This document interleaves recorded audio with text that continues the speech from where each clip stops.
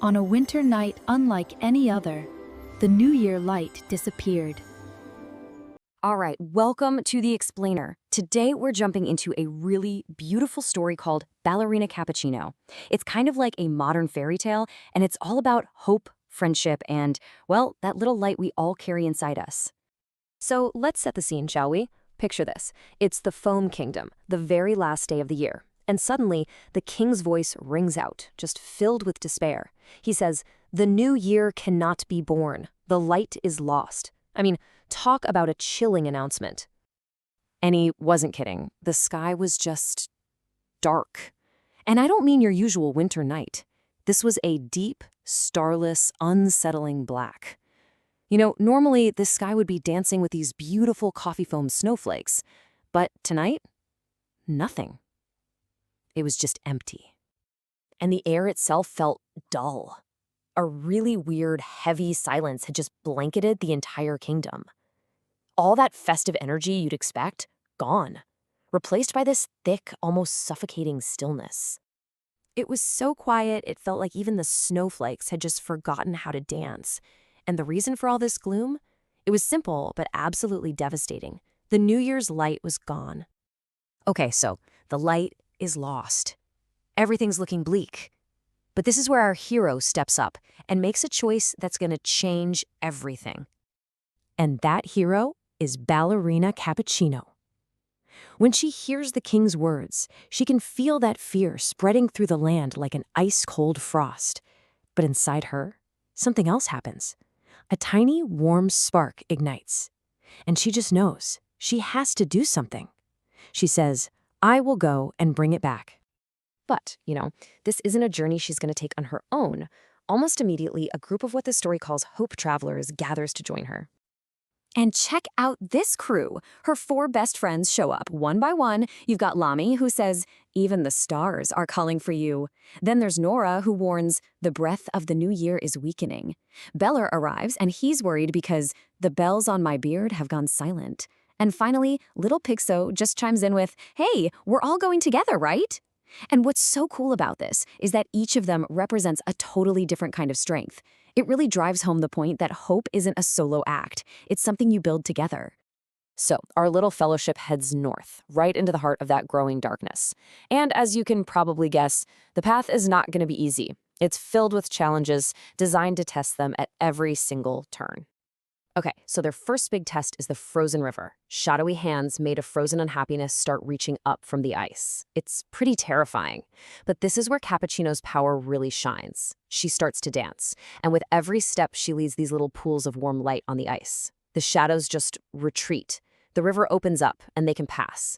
What's so amazing here is that these aren't just random monsters. They're described as all the little sadnesses from the past year, frozen solid. So her dance is literally melting away unhappiness. How cool is that? A little later on, things get even worse. The darkness becomes so thick, so profound, that they can't even get a fire to light. And in that deep, cold gloom, a really dangerous thought starts to creep in for everyone. What if we fail? Right when it seems like all hope is about to flicker out, Cappuccino stands up, and she reminds them, "As long as we are together, there is nothing to fear." As she says it, a tiny light starts to glow from her tutu, and it grows and grows until it warms the whole camp. It's a powerful reminder that their real strength is in each other. All right, now we get to the climax. They've made it. They reach the dark valley, the very source of all this gloom, and they come face to face with the big boss. So, the New Year's light is trapped inside this swirling vortex, and the one guarding it, the Shadow Lord. And this guy isn't just some monster. He's literally made of all the resentment, all the disappointment, all the bad feelings that people collected over the whole year. He's the physical form of lost hope, and he actually feeds on it. Her friends try to fight him, but their powers are totally useless. His darkness just swallows them up. So Cappuccino does the only thing she can. She closes her eyes, thinks of every happy memory she has, every smile, every warm, coffee-scented morning, and she begins her great dance. Her right foot drew hope, and her left foot drew courage. She's channeling every ounce of resilience she has into her movements. This isn't just a dance, It's an act of pure defiance. She's basically painting light and warmth, back onto a world that's been consumed by darkness.